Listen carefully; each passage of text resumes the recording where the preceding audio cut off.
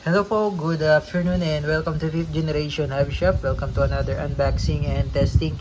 So ngayon po, meron tayong bagong i-unbox. By the way, shout out po kay Sir Noel of Cebu. Sir, welcome to 5th Generation Hobby Shop. So this is the Crossman. As you can see, Crossman Magfar Ultra. This is caliber 177 multi-shot brake barrel. Meron siyang magazine. 12 round capacity po yung magazine niya. Pamaya papakita ko po yung magazine. This is .177 caliber. Up to 1,300 TPS velocity. Ayan. Ideal for hunting and blinking. Ayan. Nitro piston powered elite. So ito po ay brake barrel. So hindi nyo na po kailangan dito ng CO2. Okay, brake barrel na po ito siya. Nitro piston powered brake barrel po ito with magazine. Ayan. So ito po yung gamit nating bala, sir. This is a GSB Match Jabolo po na 10.34 grains, caliber 177. Ayan. Okay, buksan na natin. So it comes with scope. Meron siyang kasamang 4x32 scope. And this is the magazine. Ayan, ito yung magazine niya. Ito po yung 12 rounder. 12 po ang laman yan.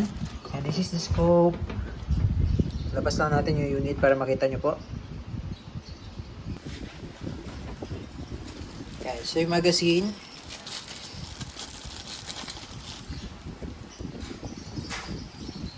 Ito po yung magazine niya. Bali, pakiingatan na lang po yung magazine natin, sir. Wala pa tayong available na magazine. Pero po pwede naman pong manual, sir. Mamaya papakita ko sa inyo kung saan po yung lagayan ng bala para sa manual. Manual loading po yun, sir. Ito po yung unit.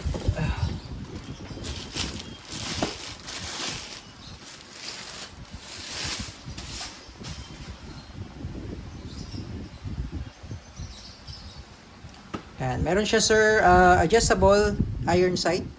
Up and down din yan, sir. Windage and elevation. Ito yung rail for the scope. Ito yung sound suppression technology quite far ni Crossman. Ayan. Tapos, meron siyang lagayan ng sling. Ayan. Okay. Tapos, ito naman po yung safety. Yan po yung safe. Yan naman po yung fire. Tapos, bibrake nyo lang po. Ito po yun. Pag i-brake, bawal lang po siya, sir, ipaputok po ng walang bala.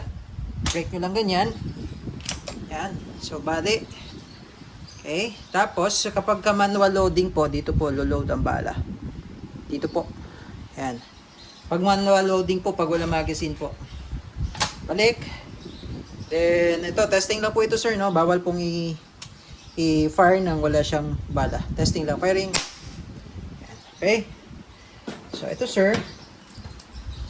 Magazine natin. So, ganito po ang pag-load. Tuturo ko po sa inyo, sir. Pag-load. So, ito yung gamit nating bala. Ano ba to?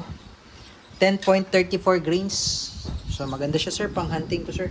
So, ito, sir. Ang pag-load po. Bali, ito po yung magazine, no? Yan. So, may makikita po kayong arrow. Yan, arrow po. So, ang arrow po ay paikot po niyan ay clockwise. Tapos, meron po kayong makikita dyan yung ito po yung pellet, kung paano po yung position.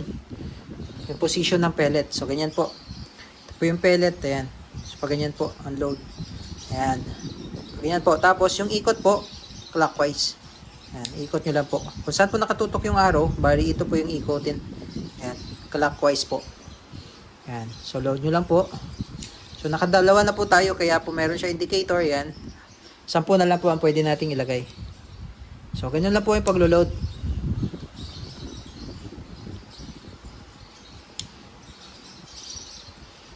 Yan. Wag lang po kayong gumamit, sir, ng mga local made na pellets. Dapat po yung mga imported lang, kasi pwede pong makasira yung local made po. Nasubukan na po namin yung mga local made po. Hindi po magandang gamitin, sir, dito sa ating Crossman.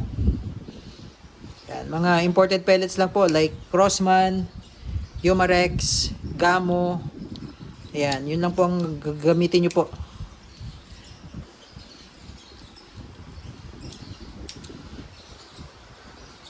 Ayan, so dalawa na lang po ang pwede nating ilagay.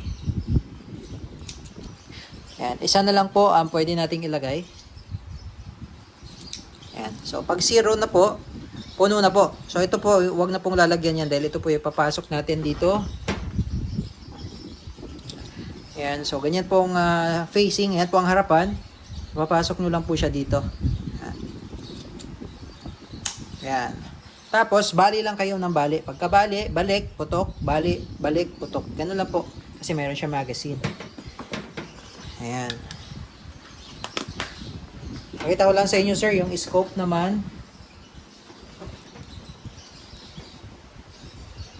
Pwede namin siyang i-zero, sir, bago namin padala yung scope.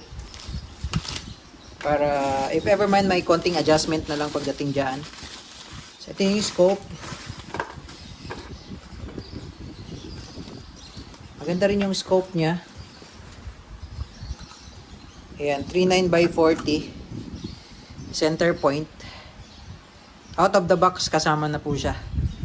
Ayan. Elevation, windage, adjuster. Ayan, sa scope. Okay. So, testing po natin, sir. Again, this is the Crossman 177. 12 rounder, multi-shot. Brake barrel. Rifle.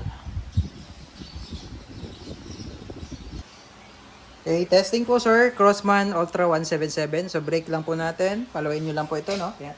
Brake. Yan. Sagad nyo po sa dulo.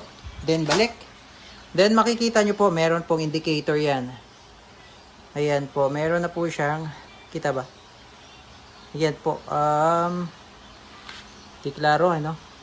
Yan po. 1. Yan. Nakikita nyo po. Ayan. Meron siyang number 1. Ibig sabihin po, first shot.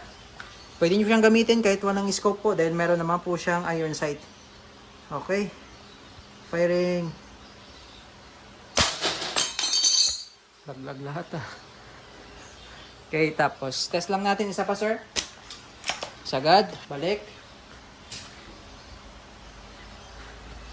Okay, so makikita nyo po, meron po siyang number 2. Yan. Ayan po, oh.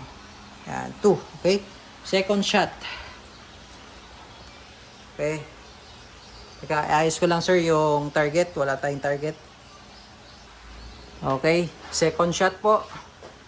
Firing. Yan. Hanggang sa maubos nyo po yung, meron naman siya indicator kung nakailang shots na po kayo. Okay, so yun lamang po, Crossman Ultra 177 Airgun Rifle.